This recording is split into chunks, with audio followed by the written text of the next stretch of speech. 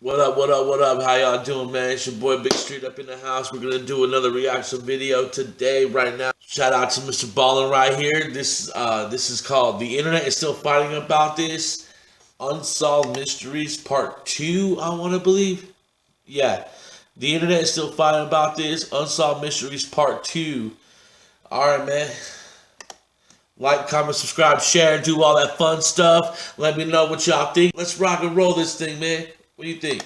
A woman was viciously harassed for 7 years. When it all came to a head, the police blamed one person and the victim's family and friends blamed another. And to this day, the internet remains totally divided on whether blame was appropriately placed. But before we get into today's bizarre story, if you're a fan of the strange, dark, and mysterious delivered in story format, then you've come to the right channel because that's all we do, and we upload 3 or 4 times every week. So if that's of interest to you, please sneak into the like button's house and steal the little plastic clip on their vacuum that keeps the cord neatly tucked up after use. Also, please subscribe to our channel and turn on all notifications oh my God. so you don't miss any of our weekly uploads. All right, let's get into it. That was driving me crazy.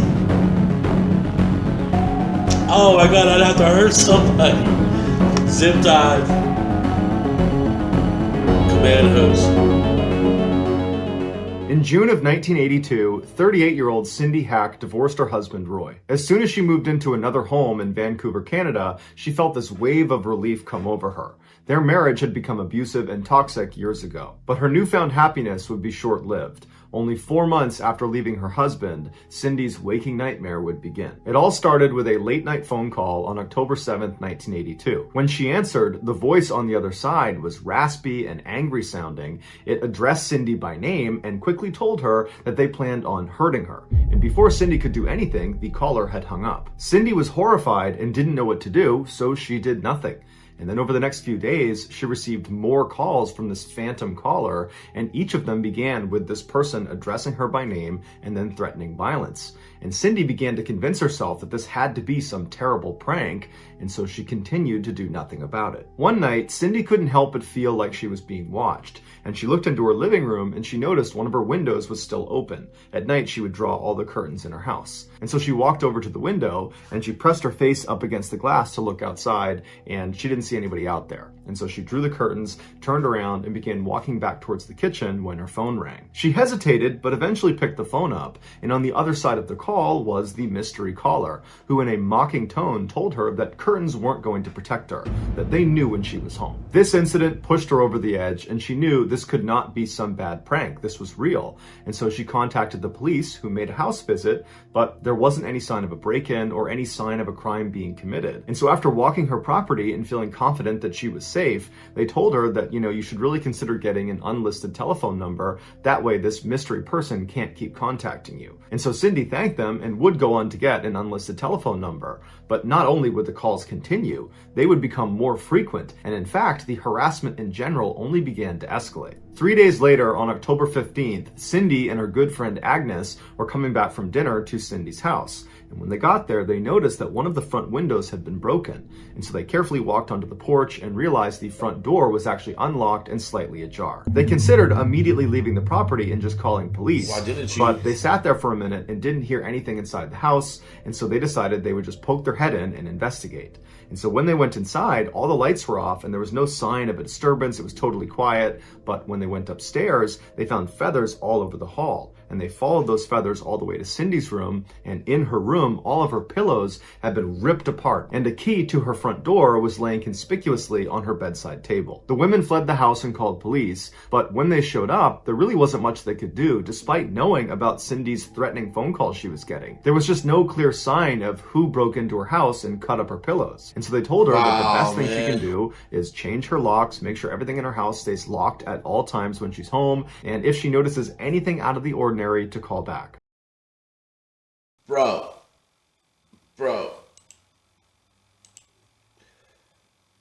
That's the system failing people, dude. There's nothing they could do, but this is what you should do. Be like, I need you to protect me, bro. Like, I need you to protect me.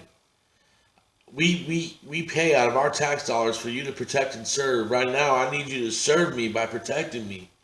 There is something going on, man, and I'm not losing my mind over this. And they're like, well, we can't do nothing.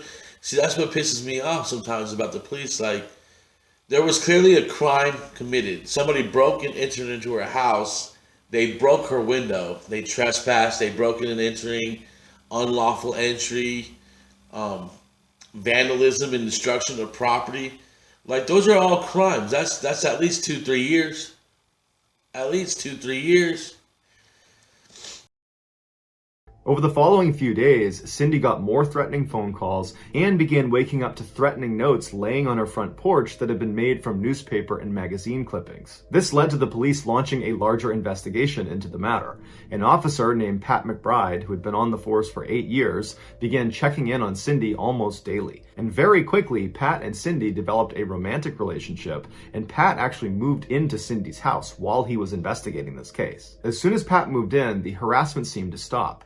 But just a couple of weeks later, in early November, Pat woke up one morning at Cindy's house and discovered that her phone lines were dead. When he went outside to investigate, he discovered that the lines had actually been cut, and he found a pair of wire cutters laying on the ground. Over the following month, in addition to the threatening phone calls and notes left on her porch, Cindy began hearing somebody walking around outside her house at night, but she was always too terrified to go to the window and look outside to see who it was. She began finding raw meat sitting outside of her door in the morning, and she would find pictures of dead bodies tucked under her windshield wiper on her car. One day, she walked into her backyard and she discovered 3 dead cats hanging in her garden. Cindy, who was a bubbly, happy person before the harassment started, had become a totally anxious and paranoid mess. But despite her obvious distress, the local police were starting to doubt her claims that this stalker was even real. Every time she called them claiming stalker activity, they would go to her house and look around, but they could never find any evidence to suggest that anyone besides her, her friends, or her boyfriend had been there. And speaking of her boyfriend, police officer Pat McBride,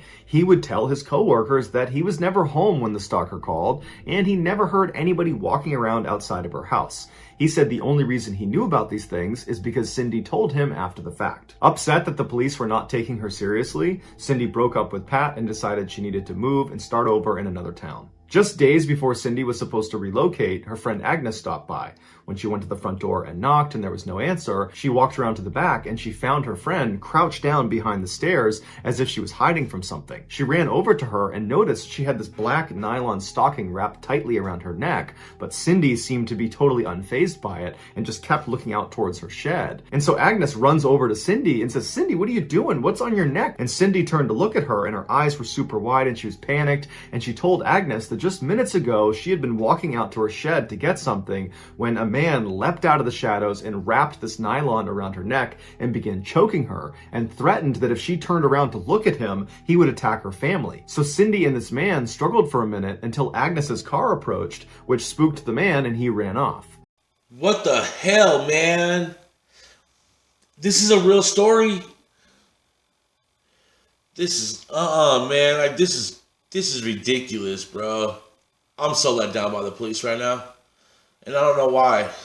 I don't think they have the technology available to them to help them really look. You know what I mean?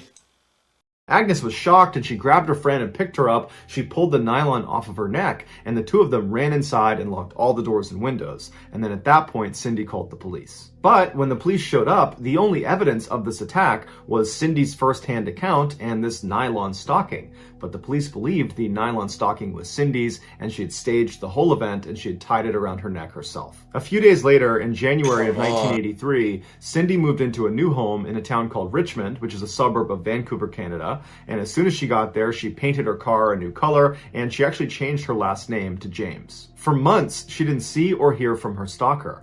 But in October of that year, she found another dead cat on her property with a note next to it that just said, "You're next." Fearing for her life, she called the Richmond police, who set up a surveillance operation on her property. But for months, despite dozens of officers watching her house at practically all hours, they never ever saw any stalker activity. But as soon as the officers left for any amount of time, when there was a gap in surveillance, Cindy would call the police and report stalker activity. In time, this town's police department also began to suspect that Cindy was fabricating the stalker story, and they told her as much. Now, blatantly knowing the police were not taking her seriously, Cindy hired a local private detective named L.V.K to look into her case. Immediately, he installed floodlights all around her property, and he gave her a two-way radio to place inside of her house that constantly broadcast back to Ozzy. That way, if she was in trouble, he would know about it even if she couldn't get to the radio to actually tell him. He also installed a panic button inside of her house that would send an alarm to him as well as to the police. In January of 1984, after only being on the case for a couple of weeks, Ozzy heard some strange sounds coming across the two-way radio. It sounded like there was some sort of struggle happening in Cindy's house. And so he tried radioing her to ask what was going on, but he didn't get a response. And so he flew over to her house, he knocked on the door, but there was no answer. And so he kicked the door down and found Cindy lying in the hallway motionless with a note on top of her hand that was held in place by a paring knife that had been stabbed through the note and then through her hand. The note said, "You're dead, lady." Cindy also had a black nylon stocking wrapped around her neck. And so initially, Ozzy believed Cindy was dead, but he managed to find a pulse. And so he brought her to the hospital, and when she regained consciousness, all she could recall was feeling someone inject her arm with a needle, and then after that, she had no memory of the attack. Dude, what the front door is going on, man? That music climax made me jump. Y'all laugh. It's okay. I got it. I want to laugh about it too. All right, man. And I think this guy, whoever assaulted Cindy, is still alive. And he's probably in the 60s now, but because it's unsolved. All right.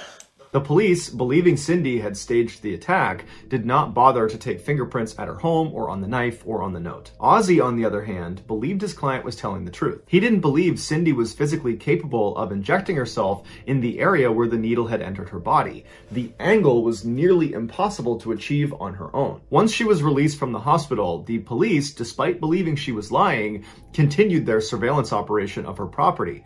But like always, nothing ever happened when any of the officers were on duty. The stalker activity only was reported after they had left. Life went on like this for over a year, and during that time, Cindy's mental health continued to decline rapidly. She lived in constant fear of the stalker, and she was deeply embarrassed that the police believed she was lying. On December 11th, 1985, Cindy was attacked again, but the details on this are incredibly scant. Someone found her lying in a ditch 6 miles away from her home. She was wearing a single work boot and a single glove. She was suffering from hypothermia, and she had cuts and bruises all over her body, and she had a black nylon stocking wrapped around her neck. She had no memory of the attack. The police told her that they believed this was yet another staged event, and so they did not do any significant follow-up. After a few days in the hospital, she was sent home, but she was terrified to be alone. So she reached out to her friend Agnes and asked if she and her husband Tom would stay with her for a couple of days, and they agreed. The first night they were there, Cindy woke up in the middle of the night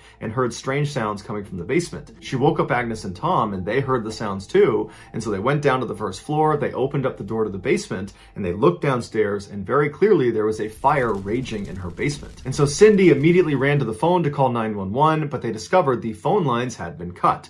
And so Tom ran outside to try to find a neighbor to call 911 for them. And when he went outside, he found a man just standing there in front of the house watching it. And Tom yelled to him, "Hey, you need to call 911. This house is on fire." And this man, without saying a word, just turned and ran down the street. What the hell is going on in this story? That guy was watching the house burn, and when he realized that guy could see me, he's like, "I gotta go now. Adios." And that man was never identified. Finally, Tom did get a neighbor to call 911. The fire department arrived and they put out the fire. And then after an investigation, they determined that the fire had been set intentionally. This was an act of arson. And the police said there was no signs of forced entry anywhere around the house, which means someone who was already in the house had to have started the fire. And they specifically said Cindy had to have started the fire because she stages these events all the time because of this stalker delusion she has. Agnes and Tom denied this claim, saying they never heard Cindy walking around at night and she would never jeopardize their lives. After this event, Cindy became extremely depressed and had to be hospitalized. And for 10 weeks, she was under intense psychiatric care. But at the end of those 10 weeks, the doctors determined that she was not a threat to herself or to anyone else, and so she was sent home. It was at this time that Cindy went to the police and said that she thinks Roy, her ex-husband, was behind all of the attacks. Police immediately brought Roy in for questioning, and he emphatically denied all allegations, saying he had nothing to do with it, and in fact, he had been the victim of this stalker that was going after his ex-wife. Oh, now he's a victim too? Wait, so how, wait a minute, dude. I'm so lost. Is anybody else following this story? I don't know, man. This just sounds a little bit crazy right now. And that's not just saying because, you know, she was in the nut house. He said he got a number of these threatening phone calls, and one time when they called, they left him a voicemail, and he played it for the police.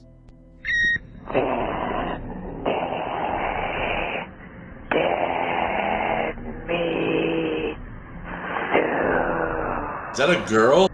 After speaking with Roy and confirming his various alibis, the police ruled him out as a suspect. For the next 3.5 years, Cindy continued to receive threatening phone calls and messages at her house, but no one besides Cindy ever saw this stuff happen live. While her private investigator, Ozzy, still believed every bit of her story, the Richmond Police Department had grown tired of her and stopped responding to her calls. On the evening of May 25th, 1989, Agnes showed up at Cindy's house for their scheduled game of bridge. When she knocked on the door, there was no answer. And because Agnes and Cindy were very close, Agnes tried the front door, it was unlocked, and so she let herself in, thinking Cindy must be upstairs taking a shower.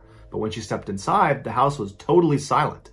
And after a couple of minutes of no commotion upstairs, Agnes began searching the house for her friend, and she discovered that Cindy wasn't there, and so she called the police. The police launched a search and very quickly found Cindy's car in a parking lot at a local supermarket. And when investigators went over the car, they discovered there was blood on the outside of the driver's side door. The contents of Cindy's purse, including her credit cards and ID, were scattered about on the ground near the car. And then in the trunk of the vehicle were the groceries that Cindy had recently purchased. Oh, now you're going to take her serious? Now you're going to take her serious, right? Now you're going to take her serious? But despite her car being found, there was really no indication of where she went next. Her friends and family believed she had been kidnapped by her stalker, and the police believed she was staging yet another event.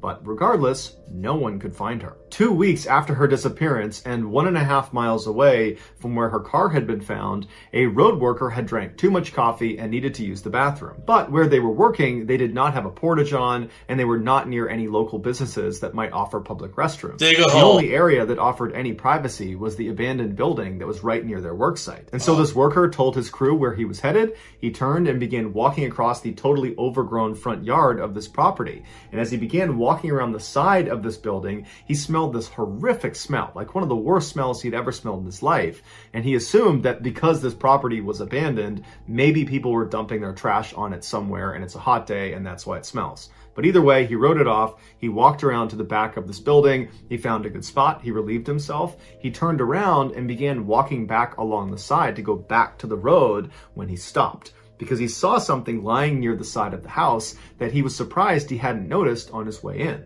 He couldn't really see what it was because the tall grass was obscuring his view, and so he took a couple steps forward to get a better look, and when he could see clearly what it was, he stopped. Because laying in front of him was a clearly deceased woman laying on her side with her hands and feet bound behind her back. And around her neck was a black nylon stocking. It was the body of Cindy James. Despite the nylon around her neck, the autopsy revealed she did not die from strangulation. She died from an overdose of morphine and other drugs. The police brought in a not expert who was easily able to put himself in the same position that Cindy was in and tie himself up. With this information, combined with their belief that Cindy was a pathological liar, they concluded that this had to have been self-inflicted, that she injected herself with the lethal dose and then dropped down to the ground and tied herself up to stage the epic conclusion to this stalker delusion. To cover their bases, the police did re-interview Roy, the ex-husband, but his alibi checked out and realistically, he was never actually a suspect. It's not listed online whether Pat McBride, the police officer ex-boyfriend, was ever investigated. While the police were very confident in their theory of what happened to Cindy, there were some discrepancies. The medical examiner did not agree with the ruling that this was a suicide. He said that you can't conclude that. There's not enough evidence. During the autopsy, it was discovered that Cindy did have an injection mark in her arm, but they could never find find the needle anywhere near her body or anywhere between her and her parked car. Considering the extremely high dosage of narcotic that was found in Cindy's system, if this had been a suicide, as soon as she injected herself, she would have had to immediately shift gears, get down on the ground, and start hog-tying herself before she became too intoxicated to function, meaning the needle should have been right around where she was found.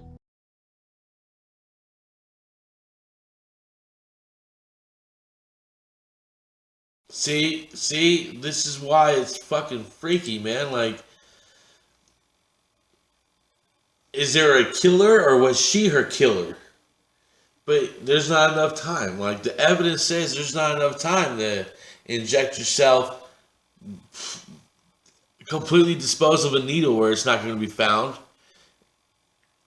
and hog tie yourself before the drugs kick in and you're incapacitated, you know? Like,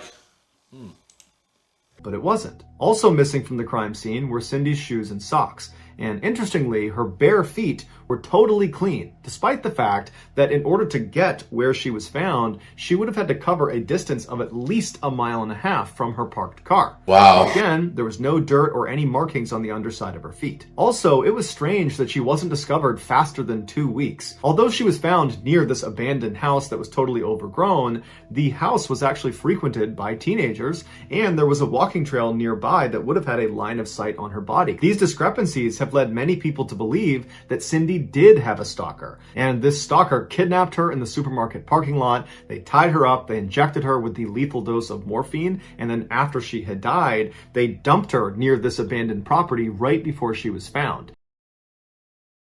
But there's no reports of anything else except for an overdose and tied up, right?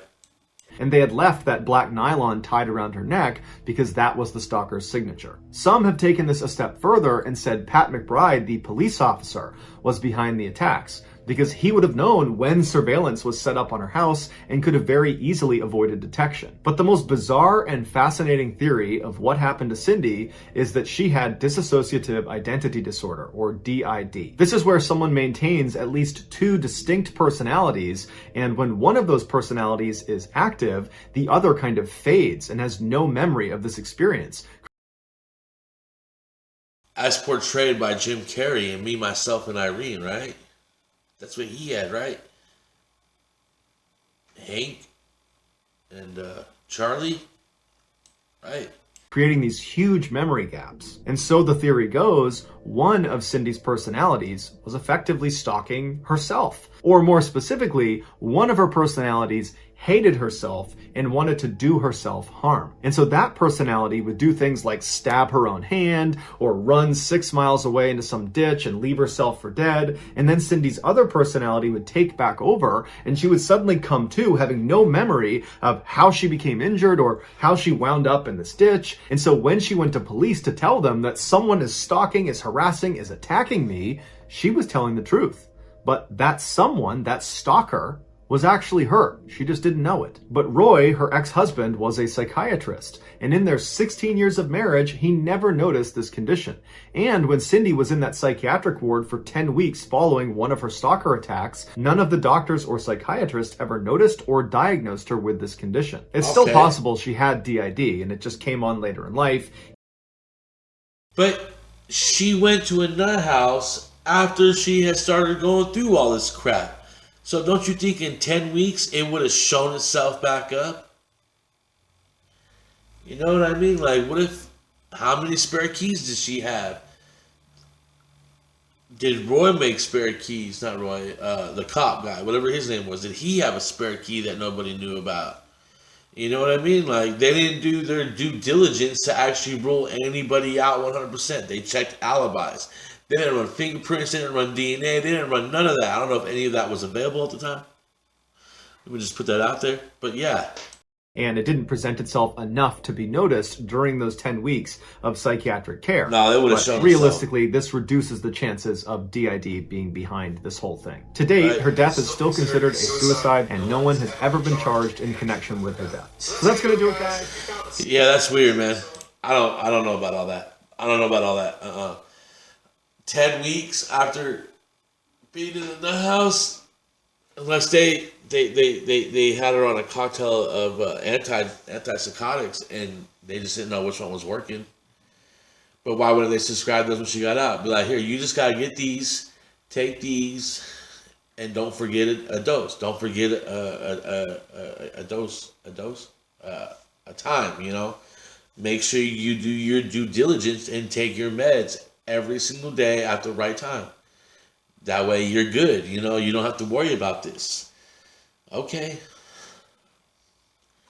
What's this one for? Bipolar. What's this one for? Schizophrenia. What's this one for? For the crazy bitch in your head. Alright, man. I don't know. I'm torn, man. I don't know. Like the split personality thing, the DID, they did that. That's a really good theory, but there's just not enough information to back it up or disclaim it 100% either way. So it's like, that's on the edge, and then a real stalker's on the edge too. Only reason why I'm not 100% on the cop is because she moved from one town to another, and the second town is where he met her, right? So how would he know about the first one? There's no way in hell he could have called her, like ran into her one day, found out who she is, called her, and just started doing this in hopes that she would move to his precinct, his jurisdiction. So what was he going to do? Drive more towns over the opposite direction? So that's the reason why I'm not really hard on the cop. I don't think the ex-husband Roy, the psychiatrist, is involved whatsoever. I think they called him every once in a while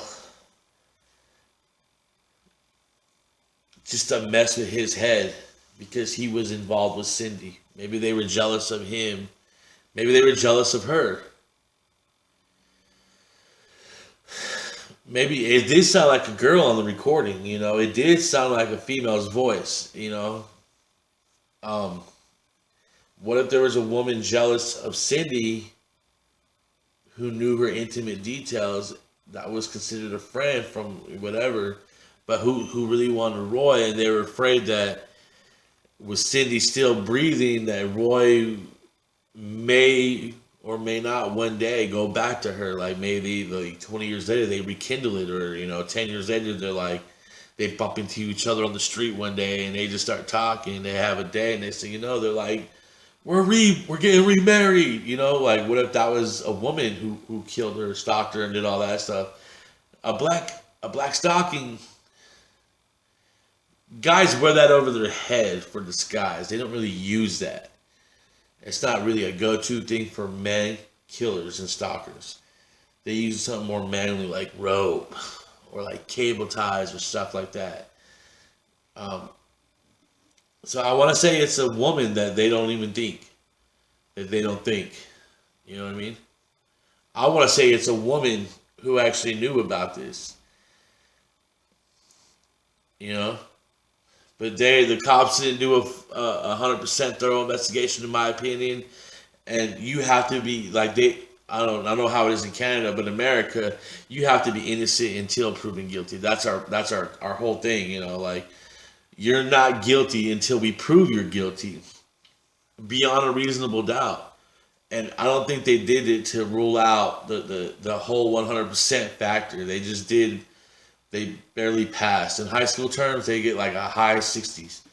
They barely passed. They didn't learn nothing, but they were able to get by. And I just think that's how it happened because her calls were so frequent. But maybe the stalker was that persistent. I mean, yeah. Maybe it was a female. Maybe the police ought to look into a female and get this lady her proper closure, man. I don't know. What do y'all think, dude? This one was definitely a trip. I'm not going to lie. I'm going to think about this one while I'm editing down and all that. But, yeah, man. Like, comment, subscribe, share. Shout out to Mr. Ballen. Another phenomenal episode, my dude. And y'all been great. I'll see you guys in the next one. Peace, one love.